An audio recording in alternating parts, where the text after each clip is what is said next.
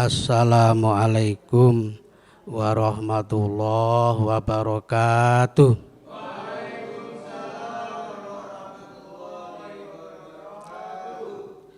Bismillahirrahmanirrahim. Alhamdulillahilladzi an'amana bi ni'matil iman wal islam wa huwa a'dhamu ni'am.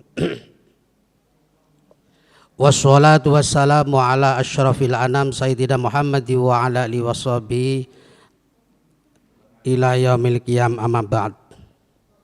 Bapak Ketua yang kita hormati, para Bapak Ibu Hakim yang kita hormati, para soimin soimat jamaah zuhur yang dirahmati Allah dan mudah-mudahan habitatullah.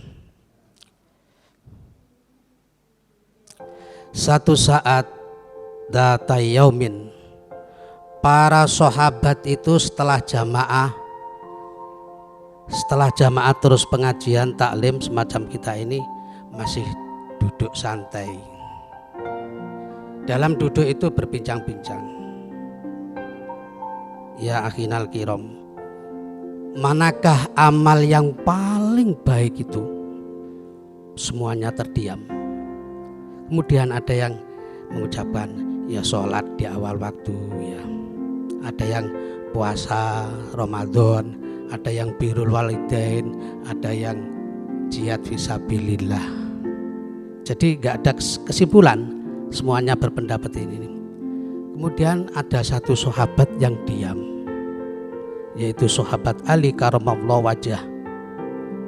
Sahabat diam ini ditanya, wahai sahabat Ali karamallahu wajah, kami telah bertanya, amalan apa yang paling utama sekian banyak amal? Sahabat Ali jawab singkat, apa kira-kira Pak? Nun? Sabar.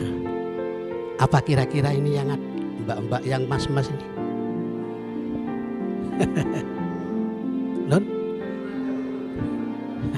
Iya. Berkata yang baik. Lah ini sudah banyak berkata yang baik, ada yang diam, ada yang.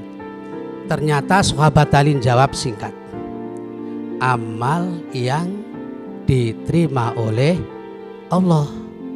Apapun amalnya, itu yang terbaik yang diterima. Kalau nggak diterima, nggak ada artinya. Kaitan dengan ini, saya mau cerita sedikit di kitab waktu ngaji Bidayatul Hidayah. Sahabat Khalid bin Mu'ad bertanya kepada sahabat Mu'ad. Sahabat Mu'ad itu sahabat yang diantara yang terdekat dengan Rasulullah. Ya akhinal karim Mu'ad radhiyallahu anhu, saya mau tanya apa? Tolong ceritakan kepada saya tentang malaikat-malaikat penjaga dan pemeriksa di setiap langit. Langsung Mu'ad ini menangis nggak jadi-jadian sampai pipinya basah dengan air mata. Setelah selesai menangis, baru Khalid menanyakan lagi, apa yang kamu tanyakan? Saya tanyakan, apa tugas para malaikat di langit itu? Sahabat Mu'ad bercerita, belum lama ini saya diajak jalan-jalan Rasulullah, dibonceng. Kalau dibonceng itu di belakang ya. Ini dibonceng onta, ya enak.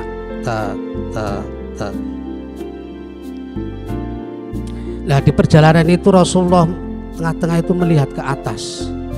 Setelah melihat ke atas, delu, ya Mu'ad, labaik ya Rasul.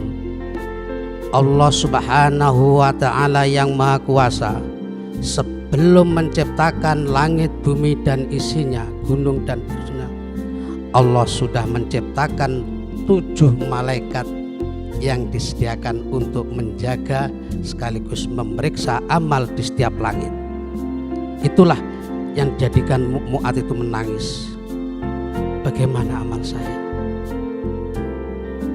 Singkatnya,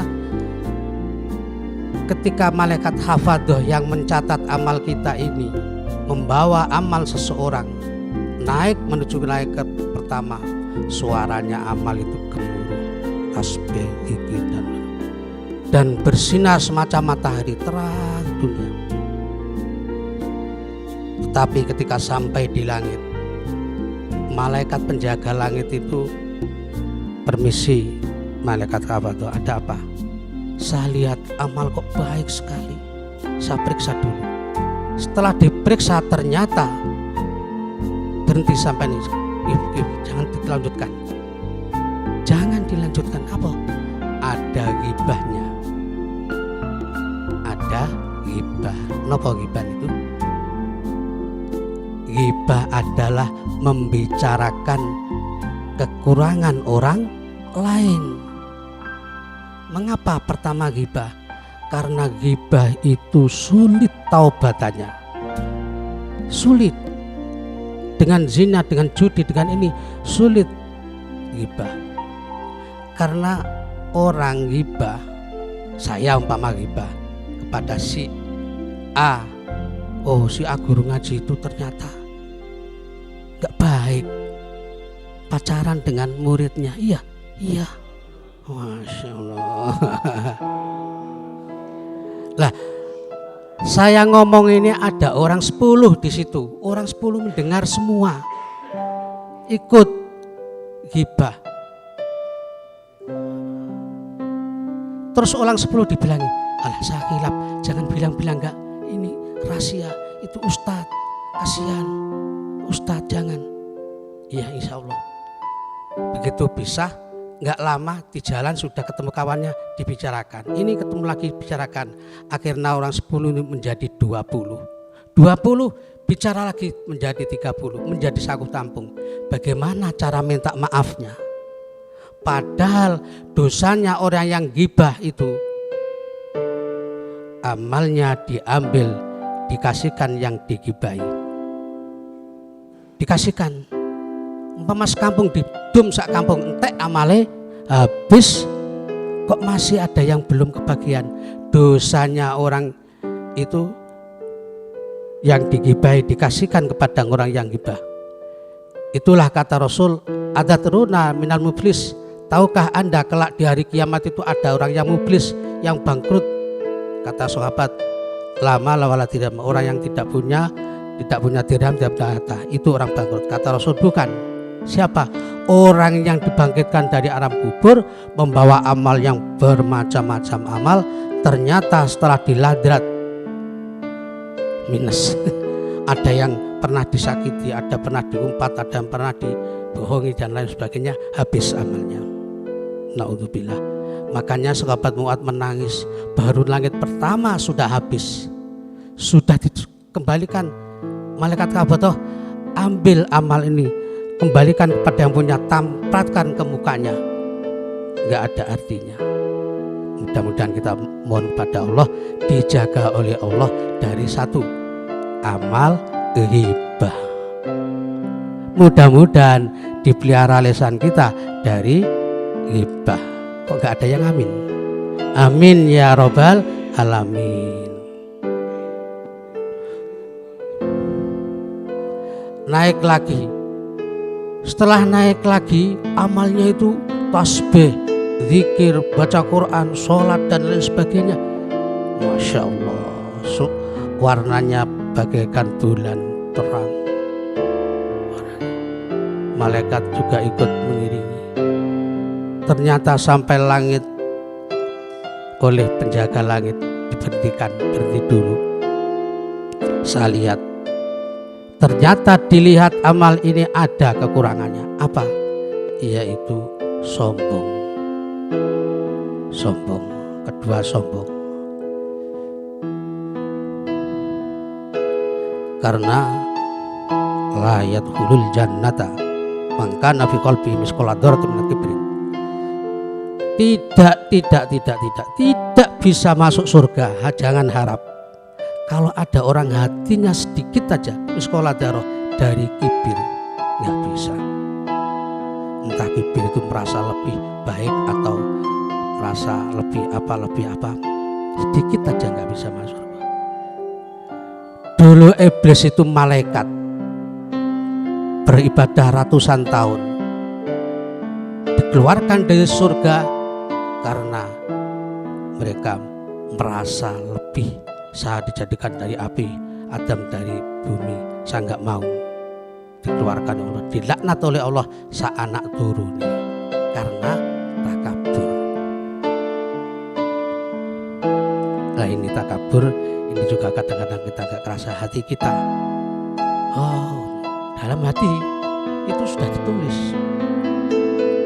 Makanya oleh malaikat penjaga langit tadi, kembalikan ini amalnya, ada takaburnya, tidak bisa diterima, dikembalikan, lemparkan ke mukanya, dilemparkan.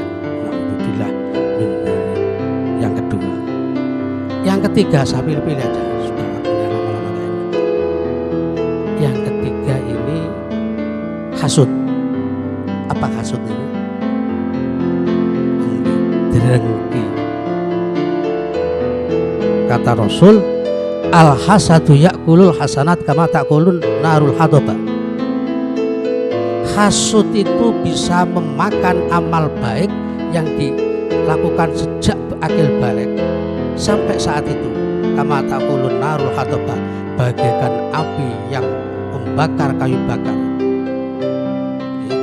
Serumah kayu bakar habis, bakar gunung habis, seberapa saja habis. Hasud, iri, nggak senang kalau kawannya dapat ini, nggak senang kalau kawannya ini, itu hasud.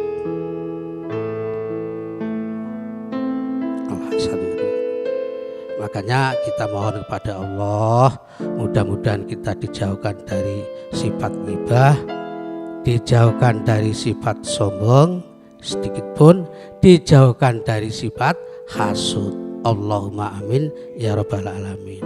Mudah-mudahan puasa kita ini bisa sampai kepada Allah, nggak sampai dikembalikan, dilemparkan ke wajah kita. Naudzubillah. Kemudian masih banyak lagi. Yang terakhir aja, ketika naik terus lolos, naik ke langit ke-7. Wah, bukan main warnanya zikir ini, dan suaranya diiring malaikat-malaikat ikut bertasbih, beristighfar, bangga. Amal siapa ini? Masya Allah, langit penuh amalnya. Baca tasbih, baca zikir, baca sholawat, baca Quran. Malaikat itu kagum, yang penjaga langit. Silakan naik ke hadirat Allah, diperiksa oleh Allah Subhanahu wa ta'ala. Ternyata amalnya itu ada kekurangan. Ini pernah sahabat Abu Hurairah radhiyallahu anhu ditanya oleh para sahabat. Abu Hurairah tak paling dekat dengan Rasul, pembantunya.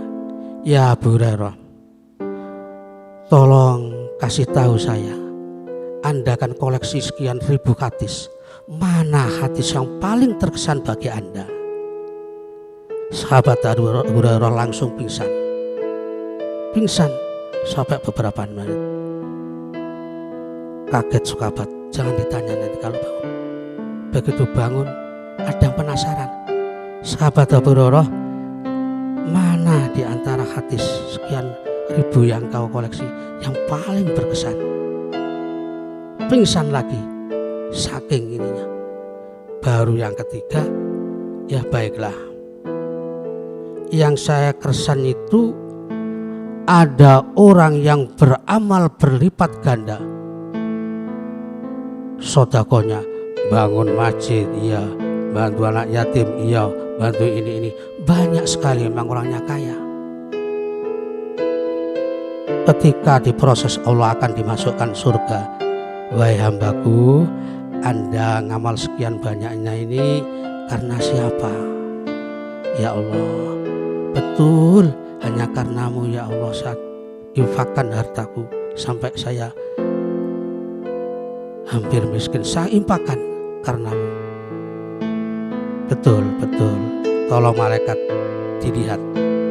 Ternyata dilihat bukan karena Allah, karena ingin dikatakan orang yang dermawan dan lain sebagainya.